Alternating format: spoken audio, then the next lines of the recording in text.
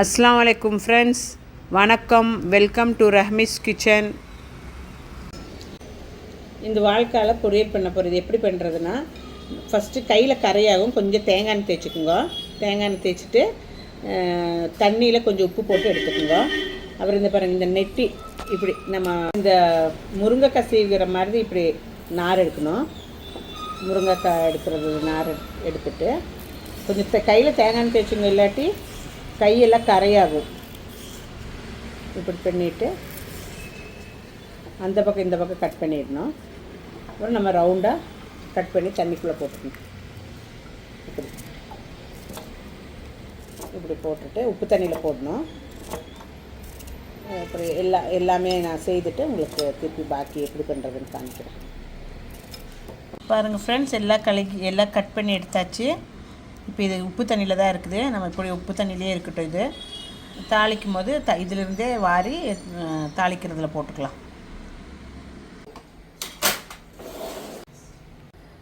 வாழைக்காய் பொரியல் எப்படி பண்ணுறதுன்னா, நம்ம கொஞ்சம் கோகோனட் ஆயில் ஊற்றிக்கலாம். ஒரு 2 டேபிள் ஸ்பூனோட கோகோனட் ஆயில் ஊற்றிக்கலாம். ஊற்றிட்டு நல்லா காஞ்ச பிறகு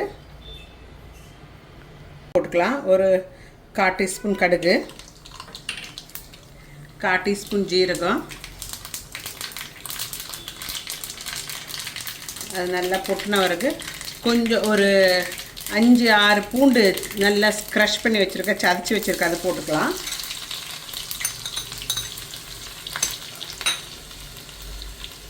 ஒரு 7-8 சின்ன வெங்காயம் க்ரஷ் பண்ணி வச்சுருக்கேன், அது போட்டுக்கலாம்.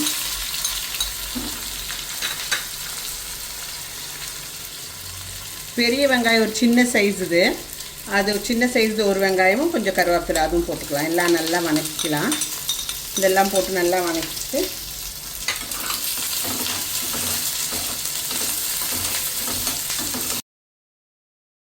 பாருங்கள் ஃப்ரெண்ட்ஸ், கொஞ்சம் வதங்கிருச்சு. நம்ம இந்த டைமில் கொஞ்சம் மஞ்சத்தூள் போட்டுக்கலாம். ஒரு 1/4 டீஸ்பூன் மஞ்சத்தூள், 1/4 டீஸ்பூன் குருமிளகு பொடி, கொஞ்சம் பெருங்காயம் போட்டுக்கலாம். இதில் வாழைக்காய் தானே, கொஞ்சம் கேஸ் இருக்கும், அதனால பெருங்காயம் போட்டுக்கலாம்.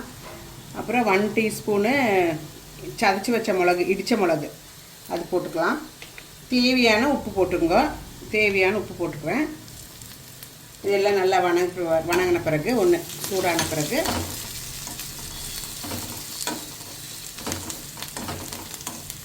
இந்த வாழைக்காய் தண்ணியில் போட்டு வச்சுருக்கோம் இல்லைங்களா, உப்பு தண்ணியில், அது இப்படி கழுகி வாரி அதுக்குள்ளே போட்டுக்கலாம்.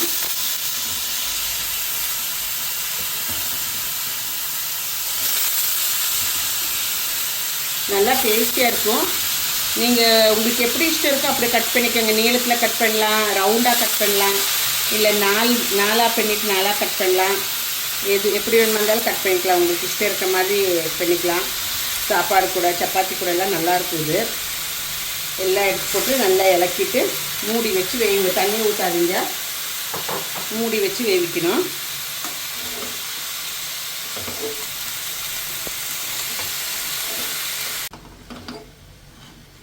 நல்லா இலக்கியாச்சு. இப்போ நம்ம ஒரு பிளேட் போட்டு மூடி வச்சுக்கலாம். அப்புறம் ஒரு இடையில 2 மினிட்ஸ் விட்டு இலக்கி விடலாம். மூடி வச்சுடுங்க.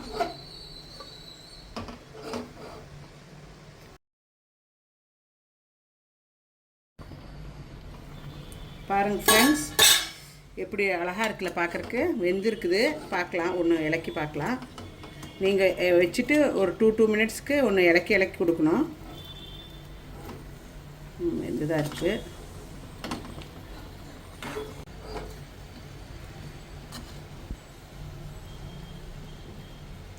வெந்திருக்கான்னு பார்க்கலாம்.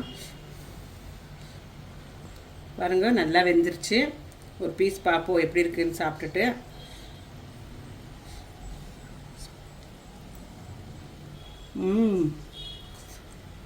நல்லா ஃப்ரெண்ட்ஸ், சூப்பராக இருக்குது.